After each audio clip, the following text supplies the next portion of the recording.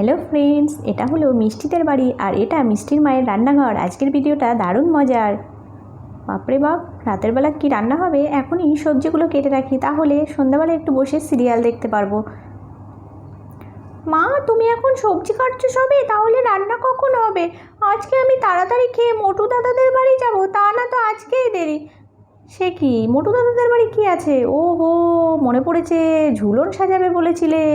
যা, তাহলে কি হবে? এই মিষ্টি, তোদের তো এখনও রান্না হয়নি, তাহলে আমি বাড়ি যাই। হ্যাঁ, আমি বাড়ি গিয়ে কয়েকটা গাড়ি নিয়ে মোটুদের বাড়ি যাই, মোটু আমাকে বলে রেখেছিল। ঠিক আছে, যা, কি করবো, দূর ব্যাং, আমার ভালো লাগে না, মা আজকে এত দেরি করে রান্না করলো। আমি যাই তাড়াতাড়ি।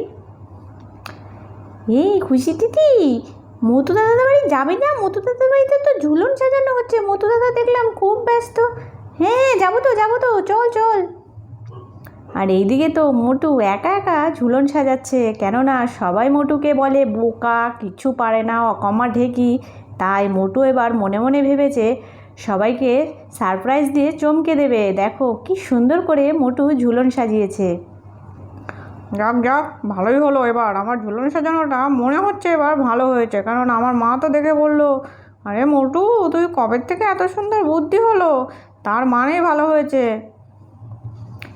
এ বাবা, মোটু দাদা তো ঝুলন সাজিয়েই ফেলেছে। এই খুশি, এই রায়, তাড়াতাড়ি আয়, দেখ মোটু দাদা কি সুন্দর ঝুলন সাজিয়েছে।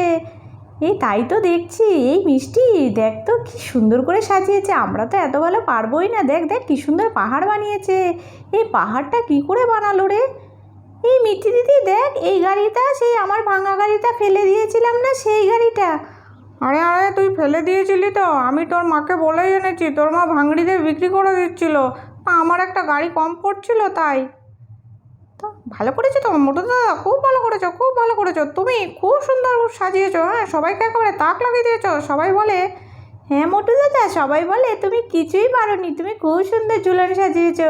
ও মোটু দাদা, এরপর থেকে প্রতি বছর আমরা একসঙ্গে মিলে ঝুলন সাজাবো। হ্যাঁ, এই মোটু, তুই এত সুন্দর ঝুলন সাজাতে পারিস, আগে তো কখনো বলিসনি। এই মোটু, ওই বাঘ ঠাকগুলো কি সত্যিকারের নাকি?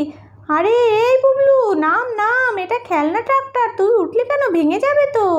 আরে কি বোকা ছেলে রে, দেখ খেলনা ট্রাক্টরের গায়ে উঠে পড়েছে, ভেঙে যাবে। মোটু দাদা এত সুন্দর করে ঝুলন সাজালো।